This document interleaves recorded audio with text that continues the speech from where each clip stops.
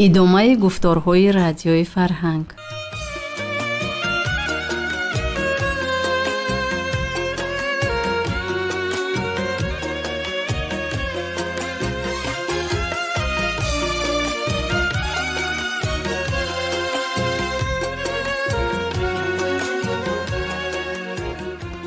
السلام علیکم شنوندگان ارجمند، در موج برنامه خوانش بدیعی.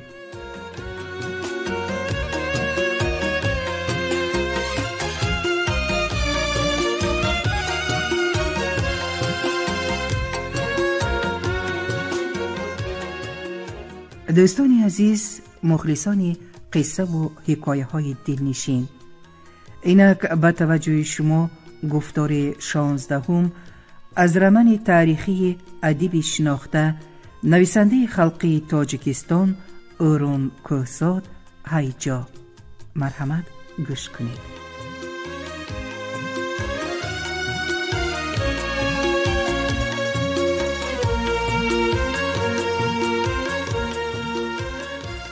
رود زرافشان بعد سمرقند را گرفتن روسا به حساب دیگر به بخارا نمی رسید. یک چیلدر آبا می آمد که کشت ها و باغ ها و آبچکاری ها را شاداب کرده نمی توانست و این آب نیمجان سال به سال بیجانتر می شد و مساحت زمین های خشک می افزود و ریگ روان کشت و باغ را می لیسید و در باغ ها شاخ های خشک از شاخهای تر بیشتر بود و اول گنجشکان کوچیده رفتند و بعد خامه های ریگ از یک باغ به باغ دیگر کوچیدن گرفت و قباد صراف که 4 زبان غیر روسی، ترکی، فرانسوی و نیمیسی را می دانست و پیله و پنبه جلابی می کرد و در بخارا و سمرقند و قوقند و فرغانه و نمنگان سرایها و خدمتکارها داشت و جهان آموزی راه امریکا را کشاد.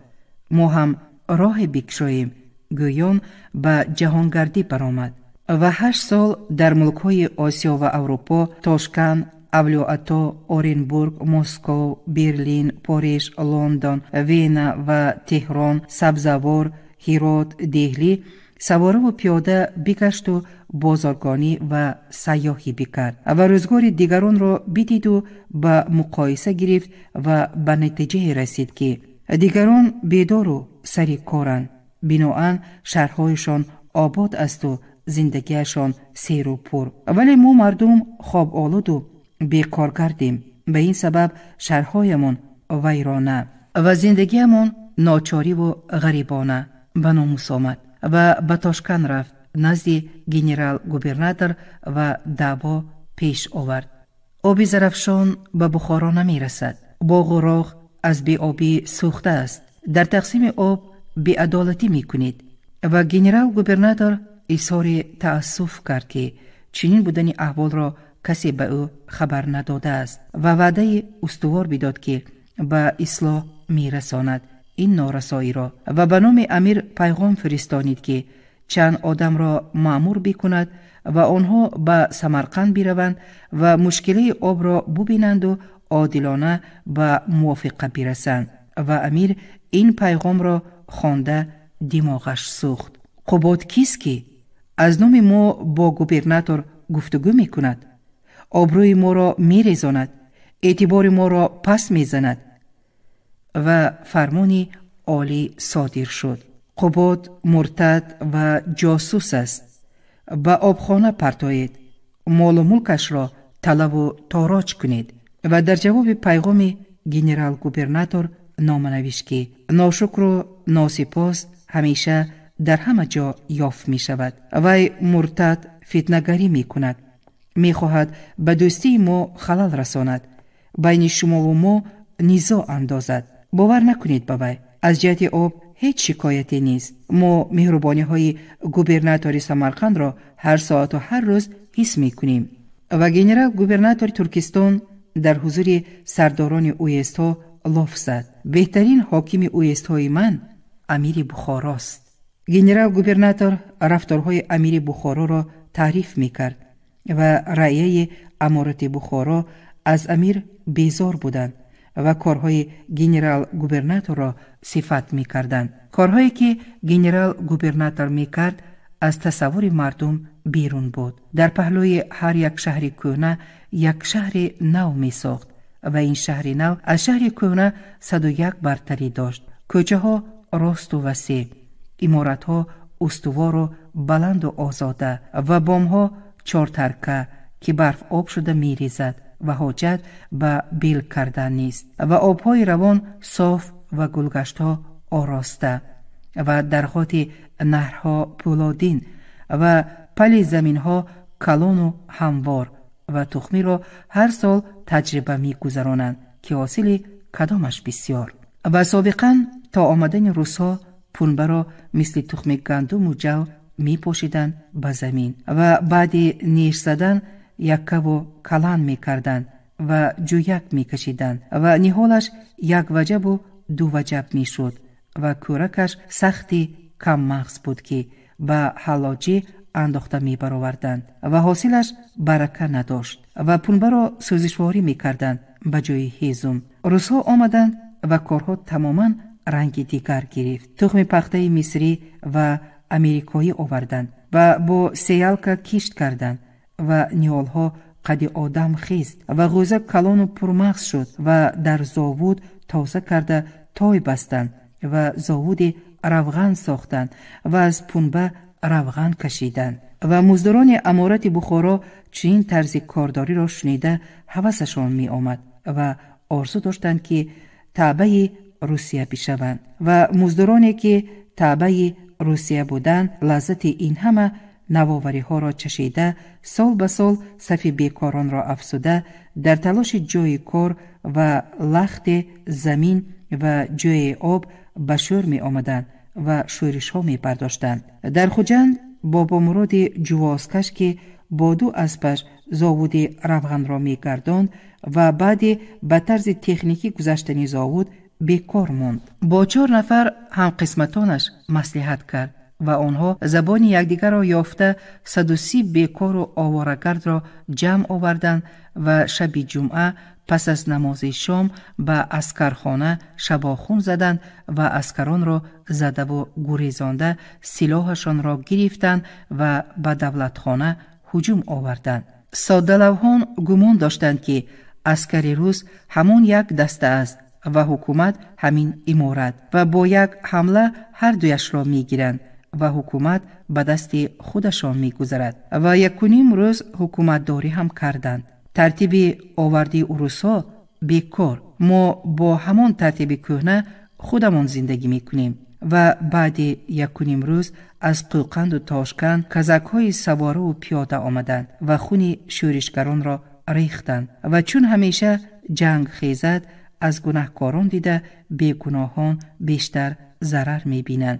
جان خرد و کلان بسیاری قربان شد و مال و جان زیادی به تاراج رفت و قربانی داده و ضرر دیده ها سالهای دراز دعای بد می کردند. الها گورت سوزد بابا مراد، روزی خوش را نبینی بابا مراد. غیوری بی تدبیر بودند بابا مرادها، غیرت کرده سر می برداشتند ولی در تدبیر می لنگیدند و پخته نبود کارشان و خیالشان که خام بود عاقبت کردارشان هم خام می ماند و اندیشهشان در همین لحظه محدود می ایستاد و نیتشان بزرگ و دعوایشان فراگیری آرمان ملت نبود و برای به هدف رسیدن جداً آمادگی نمی گرفتند. به نظرشان آسان بود کارهای دنیا و آسانکه شکست می خوردند و روح خلق را می شکستند و ویرانه و گرسنه و صغیر زیاد می کردند و قوه ارزان کار که به این هم کم نیست به مراتب می افزود و اشتهای صاحب سرمایه کشاده می گردید و در پتربورگ شعار پرتافتند: میدان کشت پخته را وسیع کنید و شرکت ها و فابریکه‌داران میان بستند برای وسیع نمودن زمین و کشت پخته. رشقزا را جفت کردند و به پختزار تبدیل دادند و از حساب کشت غله بریدند و به کشت پخته علاوه نمودند و مردمی ناراضی بسیار شد و دل آنها را تسکین دادند. دل بد نکنید، فایده و ضررش را برکشیده بینید. شما به ما پخته دهید، ما به شما غله می دهیم. در اینجا پخته نغز می روید، در سیبیر گندم نغز می روید. از اینجا پخته می بریم، از آنجا غله می بیاریم. فایده دو طرفه. و این فایده دو طرفه اصلا از فایده روسیه برمی آمد. پخته بسیار باشد، ارزان باشد، نزدیک باشد و فابریکاهای بافندگی منظم و منتظم کار بکنند، میان کارشان نشکند، متا هرچی بیشتر بافند و به بازارها برارند و ثروت دارند. و یک شرکت کلان که با تجارت و صناعت مشغول بود و 58 سهام سرمایه گذاری می کرد و به خرید پخته از آسیا میانه و ایران سر و کار داشت و در 10 شهر اورنبورگ، تاشکند، قوقند، قاشغر، بخارا، چارجو، مرو، اشخاباد، کوچه، مشهد اداره و انبارها ساخته است. به وزارت کشاورزی نقشه فرستانید. ما حساب کتاب کردیم که سرمایه فابریکه‌داران ما با ثمر صرف نمی شود. پول به خارجه می رود، در داخل مملکت گردش نمی کند، به خودمون نفعش نمی رسد. اگر در آسیا میانه به 500,000 دسیاتین زمین پخته کنیم، با کمش 8 میلیون پود پخته می گیریم. الحال همین قدر پخته را فابریکا از امریکا، از مصر، از برزیل می خرند و 90 میلیون سوم می دهند. همین 90 میلیون در داخل مملکت ماند بهتر نیست؟ و وزارت کشاورزی جواب داد که نیتی نیک، ولی وزارت این خیل پول ندارد. و وزارت حربی به گنرال گوبرناتور ترکستان حقوق داد که زمین را اجاره دهد. دولت پول ندارد، آدمان پولدار هستند و پولداران یافت شدند و زمین ها را اجاره گرفتند با شرطش حلال نگاه می داریم، حلال کار می کنیم، حلال حاصل می گیریم. و این قرار دولت روس بود و به امارت بخارا دخل نداشت، ولی سرمایه‌داران غالباً صاحب منصبان کشور ترکستان راهش را یافتند و کام امیر و وزیر را شیرین کردند و نفر از بانک روسیه و آسیا به قبادیان رفت و 11,000 گکتار زمین را به نامش گذراند و امیر به کنیاز اندرونیکوف که بعضی کارهایشان را واسطه او در تاشکند بود میکرد 27,418 گکتار زمین دشت قرشی را مهر و امضا مانده داد و یک مهندس حربی در شیرآباد 78,000 گکتار زمین را اجاره گرفت و در این زمین ها پخته می کاریدند که زحمتش به دوش بی زمین ها و کم زمین های ته جایی بود و آنها اینقدر مزد می گرفتند که به نون شکمشان به زور می رسید و بانکیر گاه و بیگاه زمینش را، گماشتگانش را و مزدورانش را خبرگیری می آمد و هر دفعه که به قبادیان بیاید و جانب پلانتاسی پخته برود، یک مرد حوزرب و پوست دست و رویش در آفتاب سوخته را می دید که در لب جو نشسته است، یا تنها و یا با 4-5 مرد دیگر. تنها باشد یک جامعه کهنه را لنده کرده، بالش ساخته یانباش می کشد و راه می رود و خواب می رود و وقت کور می کند. 2 و یا 3-4 نفر باشند، یک طبق کلان چوب را بین گرفته به شوربا یا دوغابه نان ترید کرده با 5 انگوش شکیده می خورند و دسترخوان را نغون داشته ناس می کشند و نیفه ایزار را کشاده قبط چینها چیزی را گرفته می پرتایند و 1 رکعت یا 2 رکعت نماز می خوانند و روز کوتاه می کنند. و باری که وی تنها بود و پینک می رفت، بانکیر آمد و در پهلویش نشست. پهلوان، چه حال و احوالی دارید؟ شما زبان ما رو می دونید؟ می دانم. عجب، عجابتی ندارد. خوانید، هر زبان را یاد می گیرید. و بعد بانکیر از رفت صحبت دانست که نام او زاکر بوده است و سال تولدش را نمی دانسته است، ولی از روی مولجر سالش سگ بوده است و همین بهار 46 را پر کرده است و ها همون عمارت خسپوش که بالای بامش غرمی شیباغ دارد خانه اوست و 5 فرزند دارد، 2 پسر و 3 دختر و گاو و بوزش هست و خدا خواهد تیرمو یک خر می خرد، چون که آدمی بی خر به حکم آدمی بی دست و پاست. در ملک شما زمین کاشایم بسیار. بانکیر موضوع صحبت را دیگر کرد. زمین حاصلخیز هست، آبی روان هست، آفتابی تابان هست، کارید و حاصل گیرید، حاصل بسیار می دهد. حاصل بسیار داد، بعد چی؟ بعد می فرشید، پول می یابید، خانه و درتون را آباد می کنید. پول یافتیم، خانه آباد کردیم، بعد چی؟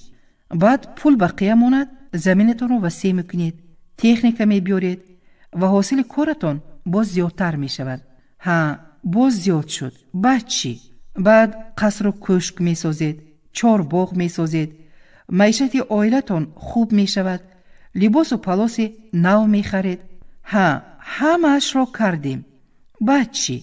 بعد سیر و پور کیف کرده می گردید. من حالا هم کیف کرده گشتم، جان را اینقدر عذاب دادن چی در کار؟ و بانکیر خجالت کشید. مردک را رنجاندم، سخنهای بیجا گفتم، ولیکن شب دیر خواب کرد و اندیشش از یک مدار زندگی به مدار دیگر می گشت و به نتیجه رسید که جبر و ستم را دوست می دارند. این مردم به زوری کارفرمایی اجرا می کنند، از خود دانسته کار نمی کنند و فعله و مزدور آسیا میانه اختیاری و مجبوری در میدان پخته کلام می زدند و شرکت های روس نسبت به زمینداران محلی مزد بیشتر می دادند و همین مزد بیشتر که باعث افتخار روسیه در صحیفه های مطبوعات و در معامله های سیاسی و بین خلقی بود، به خوردن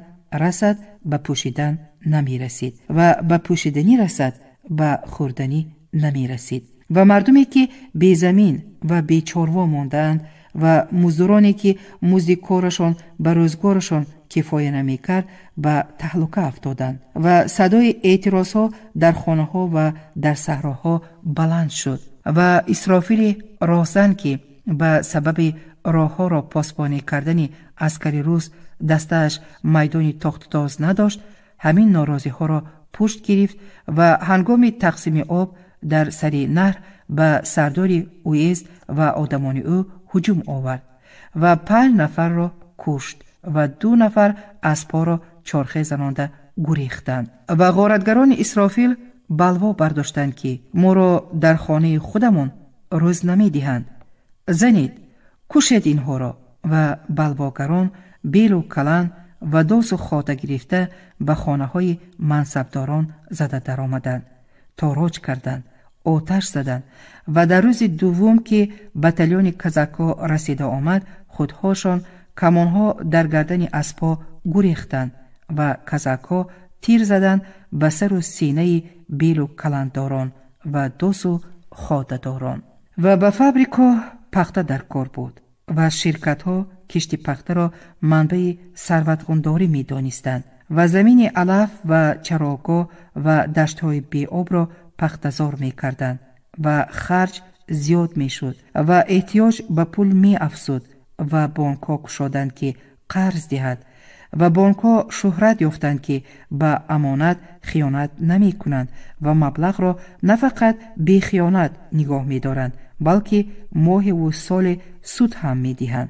و در بخارا بنا به شرع شریف سودخوری گناه عظیم بود و سودخور فردا در آتش دوزخ می سوخت و امیر شریعت پناه نام داشت و اولین کسی که به بانک‌های کافران پول سپارید خودی امیر بود و 27 میلیون سوم به بانک دولت روسیه و 7 میلیون سوم به بانک‌های خصوصی سپارید و فارغ از رخبازی و دوتارزنی شود سود آنها را حساب میکرد و هر ماه در درون مقاوه قرآن می نوشت که چند سوم فایده دیده است و قشبگی از امیر عبرت گرفت و رئیس به قشبگی تقلید کرد و بحث مبحث صاحب منصبان امارت به بانک‌ها پول گذراندند و وزارت کشاورزی روسیه کفیل شد که سرمایه‌داران موافق اقتدارشان هر وقت خواهند قرض گرفته می‌توانند، لیکن فعله و دهقان چنین امکان ندارند و به پخته‌کاری هوسمند نیستند. بانک‌ها به آنها در عرفه کشت و کار قرض بدهند که دست و دلشان گرم بشود و به کشت پخته شوق پیدا بکنند. فقط به امید شرکت ها شدن در کار نیست. هرچی بیشتر آدمان به این کار جلب شوند همون قدر بهتر. و صاحبان سرمایه به پولی که از بانک قرض می گرفتند سیالکه و تراکتور می خریدند و زمین کشت را وسیع می کردند و نهرهای نو می برآوردند و زاود پخته و زاود روغن می ساختند و پولشان کار می کرد و با گردش پولشان پول می یافت و هم قرضشان را می کندند و هم فایده صاف می گرفتند. بی سرمایه ها قرض گیرند با تدبیرها جفت گاو می خریدند و بی تدبیرها در آخر سال خودشان انیق نمی دانستند که آن مبلغ در کجا صرف شد و قرض بانک را برگردانده نمی توانستند و مفلس می شدند. و عبدالرحیم کمبغل هوس کرد که دارا شود و رفت به بانک برای قرض گرفتن و زبان روسی را که نمی دانست التماس کرد و عزیز مراد را همراه برد و در بانک با یاری عزیز مراد به عبدالرحیم فهماندند که گاو و اسب داشته باشی یک کفیل، بز و گوسفند داشته باشی 2 کفیل، مالی نداشته باشی 3 کفیل می بیاری. و عبدالرحیم که چیزی نداشت 3 نفر به مثل خودش کمبغل را زاری و تولا کرد که کفیل او شوند و آنها راضی شدند و کفالت دادند که عبدالرحیم در واقع بی بضاعت به یاری بانک احتیاج دارد. و همین این دوتاز یک دسته کاغذ شد که ارباب و ولسنای تصدیق باید می کردند و در آخر سال عزیز مراد از حسابات سالانه خواند که ارباب و ولسنای به همین یاری بانک چشم طمع دوختند و حجت کمبغلان را امضا و مهر مانده به صاحبانش ندادند و یک رویخط دراز ساخته از نام بی بضاعتان عریضه نوشته 3 کفیل خالص یافته هر چقدر مبلغی که در بانک برای یاری به کمبغلان بوده است به نام خویش و تبارشان گذرانیده خودهاشان گرفتند و ولسنای با آن پول در سرجای کشک و باغ ساخته است و ارباب 3 روز توی و تماشا داده در بالای 2 زن زنی 3 گرفته است.